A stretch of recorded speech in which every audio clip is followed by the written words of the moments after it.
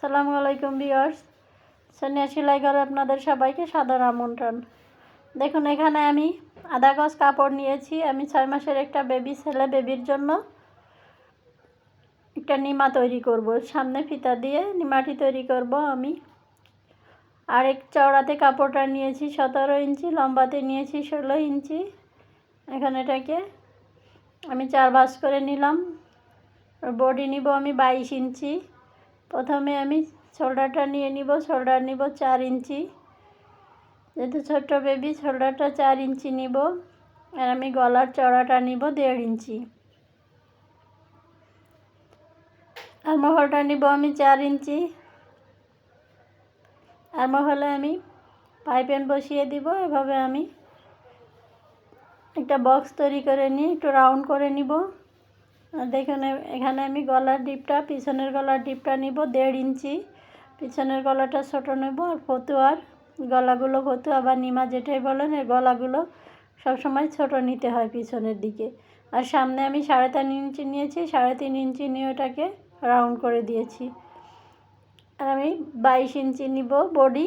তার জন্য আমি 4 পার্টে 5.5 ইঞ্চিতে মার্ক করে নিচ্ছি।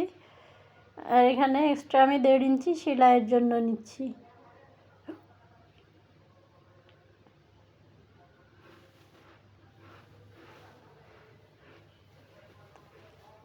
দেখুন, এখন আমি গলার ডিপটা কাটিং করে নিব। আমি প্রথমে পিছনের গলার ডিপটা কেটে নিব।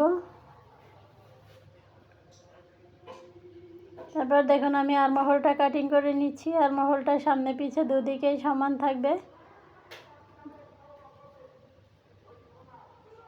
এখন এখানে আমি শোল্ডারের উপরে 2 সুত পরিমাণ রাউন্ড করে দিচ্ছি, তাহলে শোল্ডারের পরে জামাটা একদম সেট হয়ে থাকবে। আর সাইডে যে জোড়াটা আছে, জোড়াটা আমি ছাড়িয়ে নিব।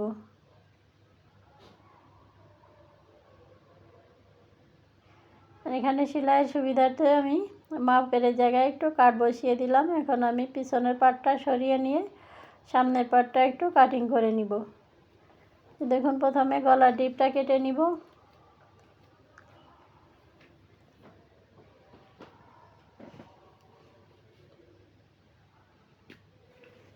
এখন সামনে যে একটু রাউন্ড করে দিব, রাউন্ডের জন্য আমি এখানে 2 ইঞ্চি 3 ইঞ্চি একটু রাউন্ড করে দিচ্ছি। রাউন্ড করে দিলে এখানে পাইপিন দিলে সুন্দর দেখা যাবে। আর ভিতরের জয়েন্টটা আমি ছাড়িয়ে দিব।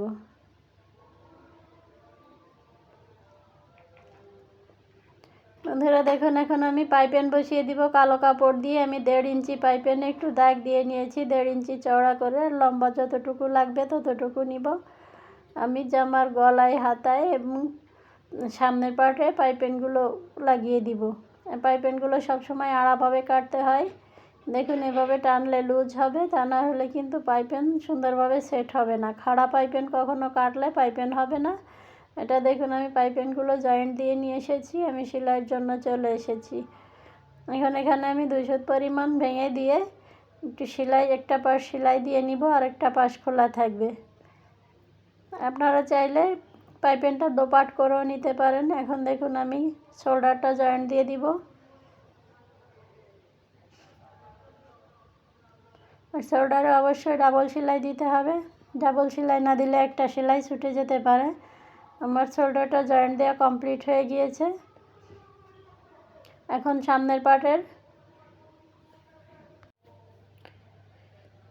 বন্ধুরা দেখুন, আমি সামনের পার্ট থেকে একদম গলা নিয়ে আবার সামনের আরেকটা পার্ট পর্যন্ত পুরো পাইপিনটা বসিয়ে দিব। পাইপিনটা এভাবে সুন্দর করে বসিয়ে দিতে হবে।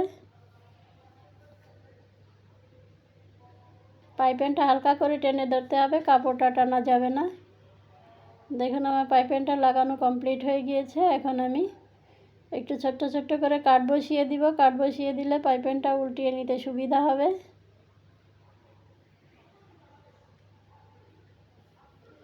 আর এভাবে নখ দিয়ে চেপে উল্টো দিকে দিয়ে দিলে তাহলে এটা আয়রনের মতো সুন্দর দেখা যাবে, একদম সেট হয়ে যাবে। দেখুন, এখন পাইপিনটা এভাবে উল্টিয়ে নিয়ে চেকুন করে পাইপিনের সাইড দিয়ে একটা সেলাই দিয়ে দিতে হবে। পাইপিনের সাইড দিয়ে কাপড়ের উপর দিকটা সেলাই দিতে হবে।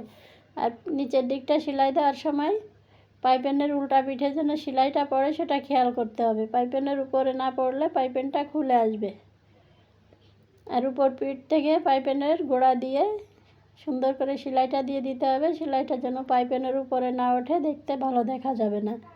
দেখুন আমার পুরো সেলাইটা কমপ্লিট হয়ে গিয়েছে। পাইপিনটা আমি লাগিয়ে নিয়েছি, অনেক সুন্দর দেখাচ্ছে। এখন আমি হাতাতে যে আর্মহোলে পাইপিনটা লাগিয়ে দিব সেম একইভাবে।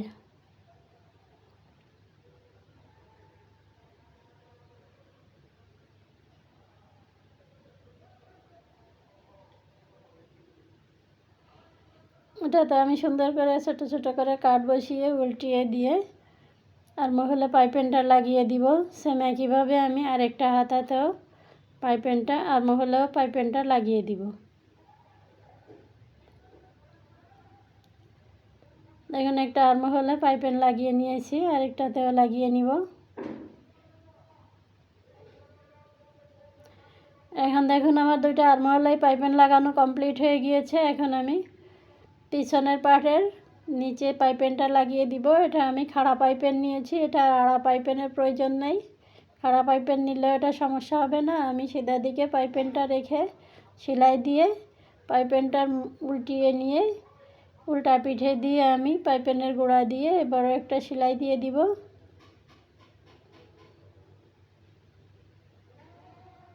দেখুন আমি পিছনের পাটের পাইপিনটা একটু মোটা রেখেছি, এটা দেখতে সুন্দর দেখা যাবে, তার জন্য পাইপিনের গোড়া দিয়ে এটারও সেলাই দিয়ে দিব। আর নিচের দিকে পাইপিনের উপর যেন সেলাইটা পড়ে খেয়াল রাখতে হবে। আমার পাইপিনটা লাগানো কমপ্লিট হয়ে গিয়েছে। এখন আমি সাইড জোড়াটা দিয়ে দিব। আমি বডির দুই পাশে জয়েন্ট দিয়ে দিব। আর বডির জয়েন্টটাও দুইটা করে সেলাই দিতে হবে।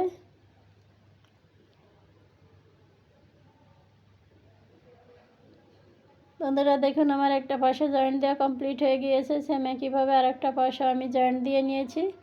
এখন আমি এই যে ছোট্ট ছোট্ট করে একটু দড়ি ফিতা তৈরি করার জন্য কাপড় কেটে নিয়েছি। এখানে 1 ইঞ্চির মতো 2 সুত পরিমাণ রেখে আমি সেলাই দিয়ে দিব।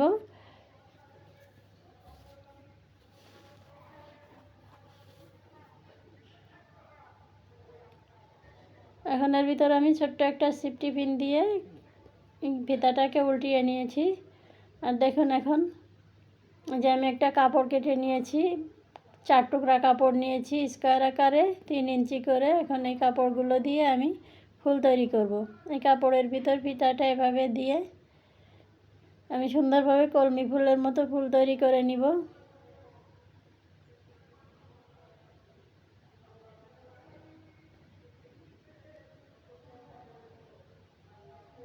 দেখুন ফুলটাকে এভাবে উল্টিয়ে দিয়ে দোবাজ করে ধরতে হবে। দোবাজ করে ধরে এভাবে কেটে দিলে ফুলটা সুন্দর একটা ডিজাইন হয়ে যাবে।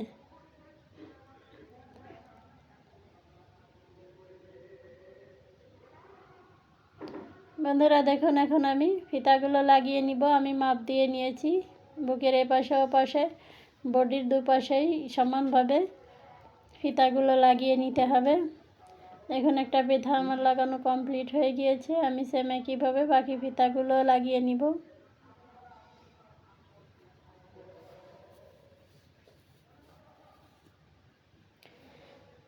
ভিউয়ার্স দেখুন আমার একটা পাশে ফিতা লাগানো কমপ্লিট হয়ে গিয়েছে। সেম অপর পাটটাতেও আমি একইভাবে ফিতাগুলো লাগিয়ে নিব। দেখুন আমার সবগুলো ফিতা লাগানো কমপ্লিট হয়ে গিয়েছে।